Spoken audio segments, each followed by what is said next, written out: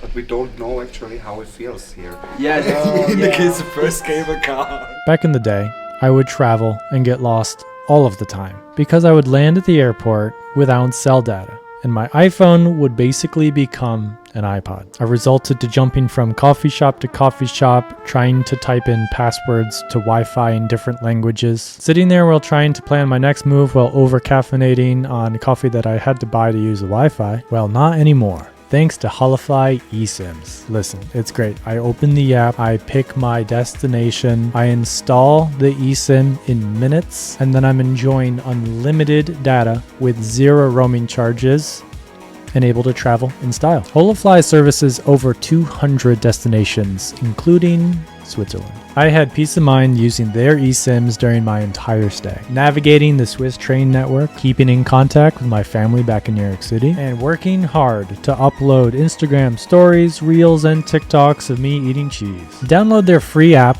and use code CraigAdams for a special 5% discount on your next trip. And thank you, Holafly, for supporting me and helping me to make more international hiking videos. Okay, so it has been a while. Hello, welcome.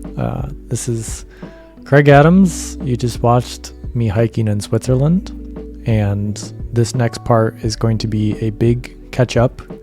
I haven't done an update in like 6 or 7 months, and I haven't been doing podcasts. I've been very quiet, mainly because I'm a dad now. I have a son, and I've been dealing with a newborn and helping my wife through the pregnancy and birth, and then, just taking care of a little baby. It's a lot of work.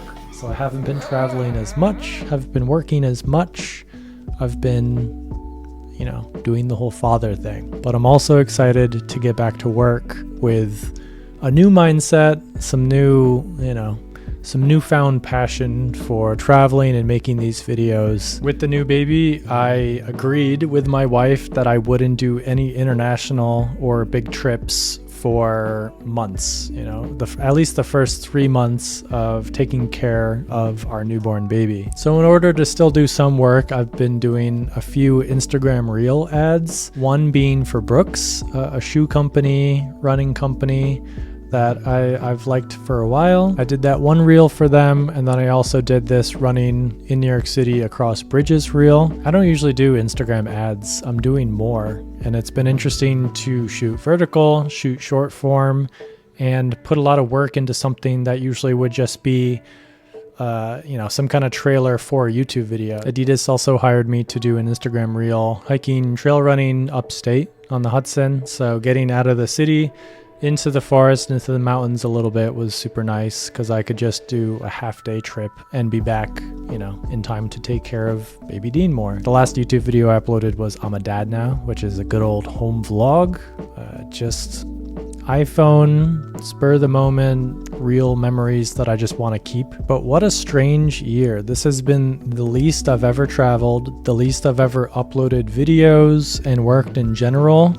Becoming a dad has shifted my mind. Not working has shifted my mind. It's really the end of streaming. I've kind of moved past that chapter as far as gaming and live streaming and doing the podcast live, doing these videos live. Any solo updates I plan on putting at the end of these main YouTube travel videos again. I'm kind of going back to what I used to do with uploading a YouTube video, like a hike or a trip, and then doing some kind of update. All of this Craig news information at the end of it. I'm just less interested in scaling in general. I just want to do my thing, have 100% creative control, go at my own speed, and hopefully be on social media less. The quality goes up, the quantity goes down. I've always been down the road of not being like what people think of social media influencers. I want to be quiet. I want to be off social media.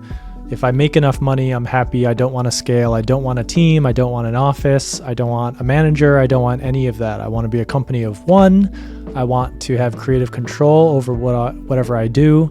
I want to do things my way, always and forever.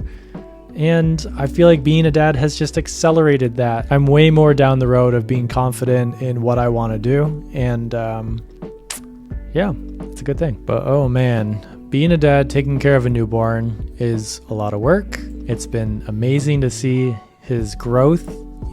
Mika and I have been working as a good team to help him. And yeah, like they always say it, but having a baby changes everything. I love the little bean. I can't wait to see the world through his eyes and watch him start to learn and just develop even more.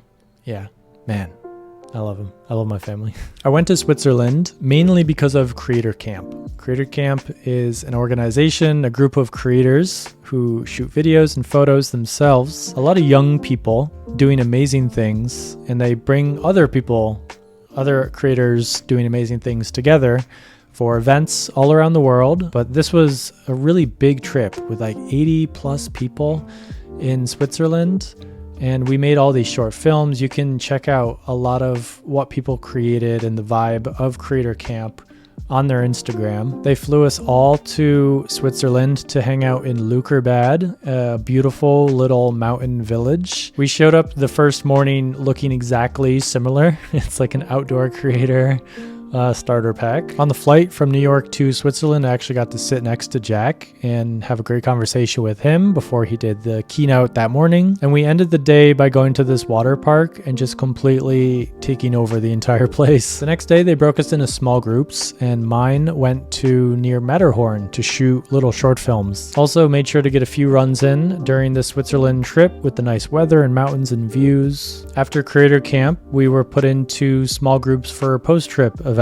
So all expense paid, but we were making Instagram reels and stories for, you know, different towns and organizations in Switzerland. It was interesting being in a small group of 4 or 5 other creators, all kind of just getting spoiled and just trying to make the most interesting photos and videos of that experience. One of the best moments was doing this canyon rope swing. I've never done anything like this, skydiving, bungee jumping, and this was awesome. Like, this makes me want to do way more extreme adventure, fun shenanigans like this. We actually had a ton of snow come early, so it blanketed the mountain that we were going up, so we didn't have good views, but we had a lot of snow cover. And we were shooting around an area called Grindelwald, and if you notice, yeah, I've been here before. I shot a video, like 2 years ago, hiking around this whole area. And then the third phase began. I started with 80 plus people, huge group of creators. Then the post trip was like 4 or 5 of us. And then I was on my own. I went to a Swiss town called St. Gallen, walked around and kind of recharged, getting ready to shoot the hiking video that I had planned in that area. In my research for places to hike, I found Seealpsee, and I went for a trail run to scout the area, see what the weather was like. There was still a lot of snow, early season,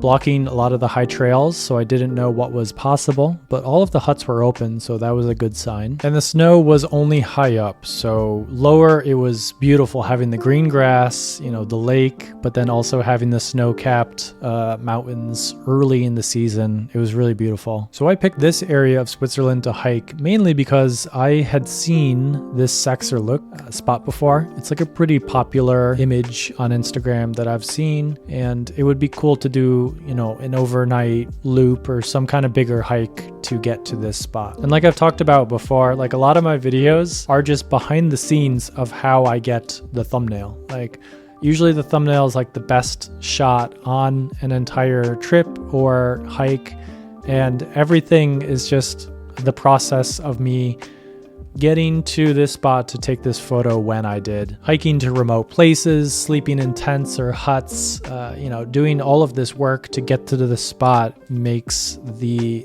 image more interesting, I think, seeing the process behind how one would do it themselves as well. So this is the Appenzell area. That's just what I'm calling it. I don't know if it has a different name. Appenzell is the name of the town right here, so I'm just going to call this area Appenzell. So my plan was to sleep up here. I booked a hut. I thought, you know, sleeping up high will give me the best views of sunset and sunrise and would be way more interesting than sleeping anywhere down in the valleys. So just get up high at sunset was the mission. So I started down in Wasserun, I don't know, and then went up to this lake, up past this little like mountain hut on the side of the mountain, which was really cool.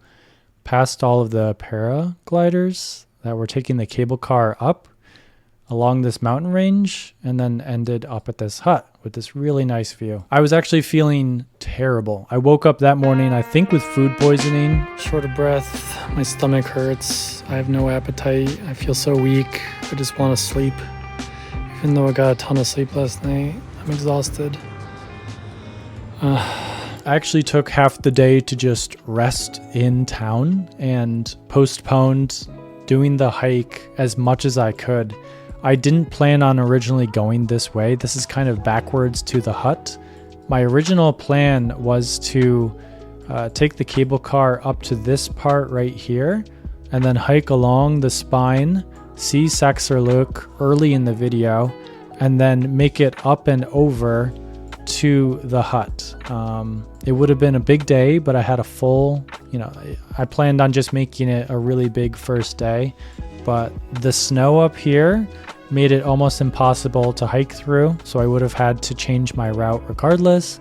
And then, like I said, my stomach was terrible. So it was funny to run into Finn, who was at Cruder Camp a few days before, just randomly in the mountains here. Yeah, this mountain hut built right into the side of the cliff here is really unique. I know there's cable cars up here to make it easy for people to visit, but it's definitely very cool to see. I've never seen any mountain huts like this. I also really want to do this sometime. It was interesting watching how they do it. I did not feel good. I was using my tripod as walking sticks because I was struggling. Day 2 was a bit more ambitious. I was able to recover my strength a bit more at the start of day 2, and out of the hut I went down out of the snow down to this hut. I would have liked to go up and over. There was a trail going over this ridge line here, but it was way too snowy in the shade of this area.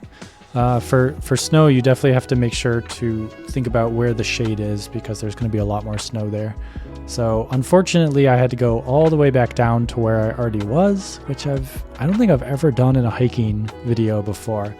Like, it feels a bit redundant to return back to this spot. Like, I really wanted to go up and over, but then went back up to this next hut here, and then faced some snow going up over this pass. But I took my time, and it wasn't anything too crazy.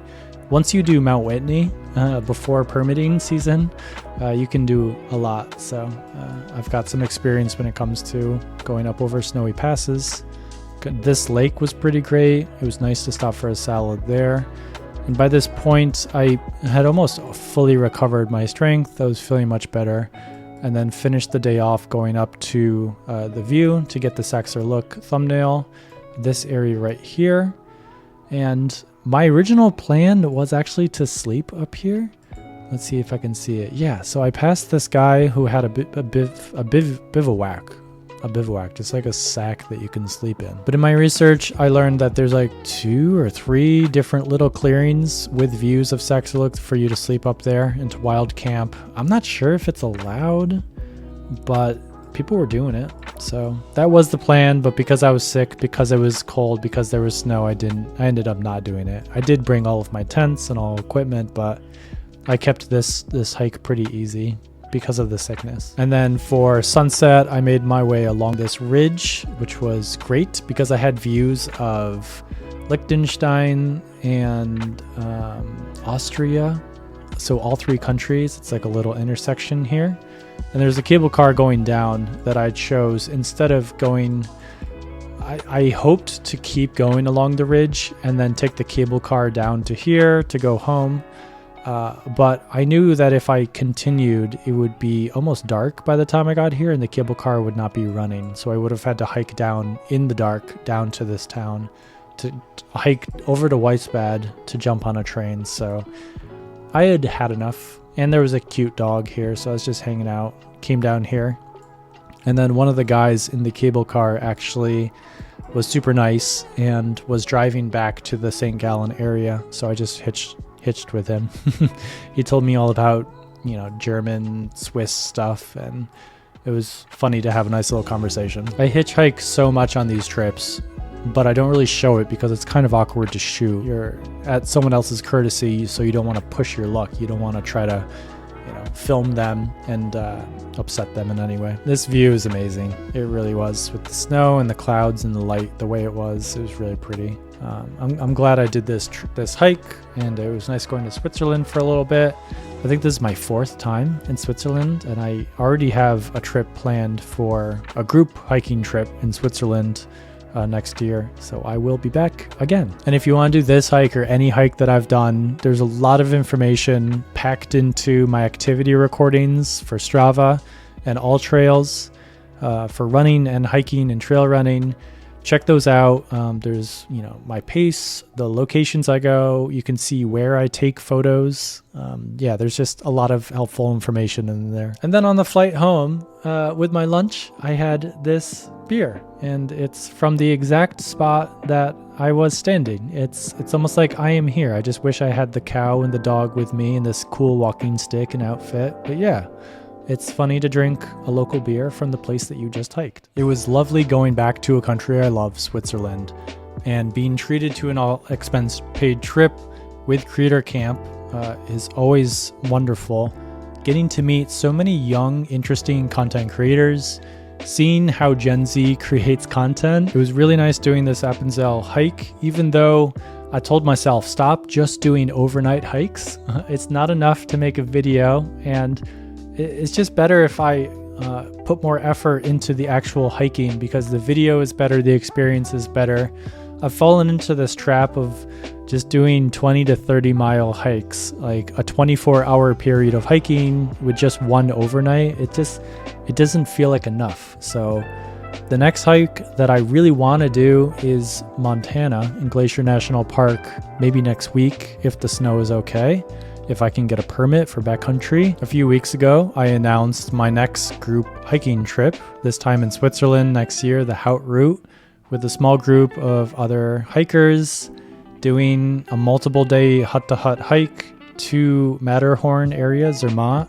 It's gonna be lovely. I was just in that area, and it's one that I've been wanting to make a video for and do myself, so going with a group allows me to do 2 birds, 1 stone, hang out, meet some of y'all in person, do a really cool IRL experience, as well as do my typical silent hiking video. So I'm excited to announce that with ticket sales opening soon, as well as some other group trips that I have in mind. Still booking and figuring out the plans for those. But I'll announce them on Instagram and YouTube as well. And of course, if you need any specific help planning your trip to Appenzell, I can provide some specifics, or there could be other subscribers with good information and advice in the comments as well. I love it when that happens. But thank you so much for watching, and thank you Holafly for sponsoring this video, making it possible, helping me to make more videos. Thanks.